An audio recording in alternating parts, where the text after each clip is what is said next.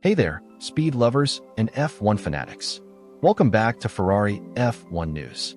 Ferrari's latest discovery in their simulator is nothing short of explosive, and it has the potential to rewrite the narrative of the 2025 season. We're not talking about a setup glitch or a small driver error. What they've uncovered is a structural flaw, a fundamental issue that has been sabotaging Hamilton's performances for no fewer than 14 consecutive races. Now that the truth has come out, everything begins to make sense. And more importantly, this revelation might just be the spark to revive a championship dream that looked dead before the summer break. So, let's rewind to where this nightmare began. When Hamilton signed for Ferrari, the world expected podiums, wins, and maybe even a title fight. Fast forward 14 Grands Prix into the season, and what do we see? Zero podiums. Not a single one. But what makes this situation even stranger is that Hamilton hasn't been slacking. Sources inside Maranello reveal that he has been the Ferrari driver spending the most time in the simulator this year. Extra sessions after every race, entire nights dedicated to fine-tuning setups and development. The seven-time champion, renowned for his razor-sharp feedback and unique sensitivity to both tires and aerodynamics, has been working like a rookie desperate to prove himself.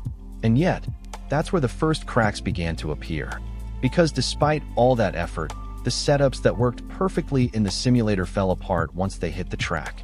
Braking points shifted unpredictably. Balance disappeared mid-corner. Rotation became inconsistent. From the outside, it just looked like a veteran driver struggling to adapt. But behind closed doors, it was clear something far more serious was going on.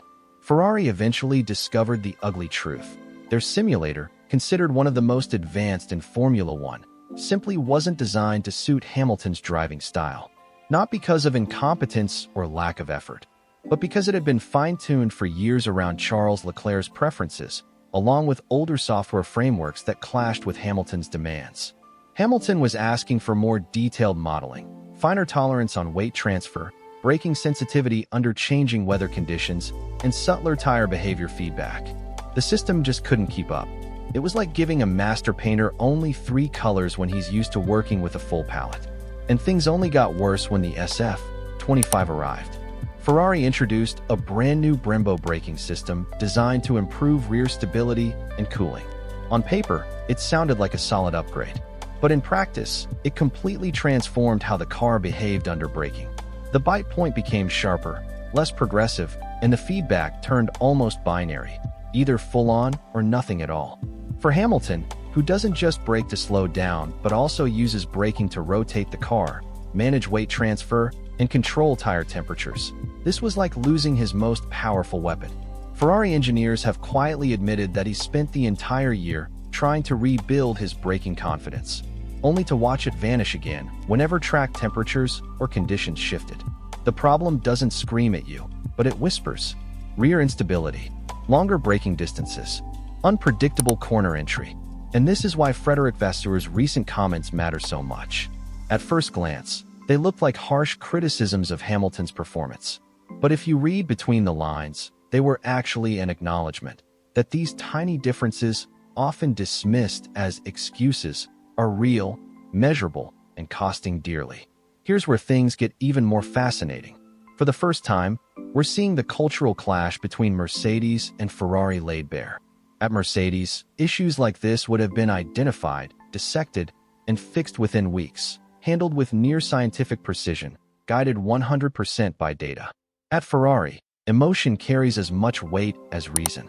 Pressure spills over into interviews, into radio messages, into media headlines. Every weekend becomes a referendum on Hamilton's career. And that's exactly why this discovery could change everything. For the first time this season, Hamilton has clarity. He knows the problem isn't just adaptation. The simulator wasn't aligned with his needs. The braking system clashes with his style. That doesn't excuse everything, but it explains a lot. It turns confusion into cause. And for a driver like him, who has built his entire career on sensitivity, data, and precision, that clarity is absolutely critical. Now, the challenge ahead is monumental. Fixing the simulator isn't as simple as pressing a button. It means reprogramming entire systems, rebuilding models, and potentially redesigning components from scratch.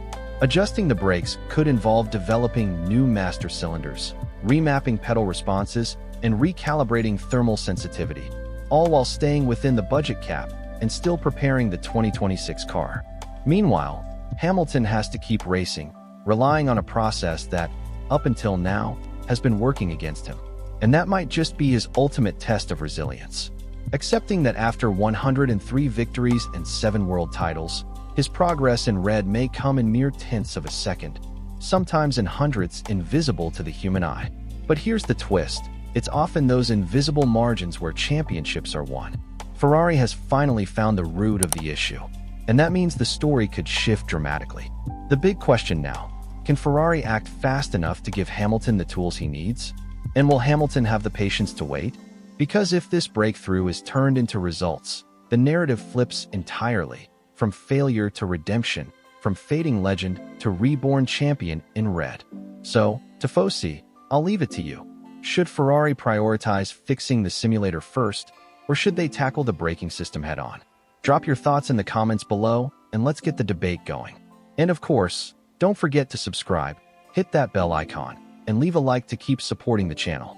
Here at Ferrari F1 News, you'll always get true insights, deep analysis, and above all, the passion that makes this sport so special.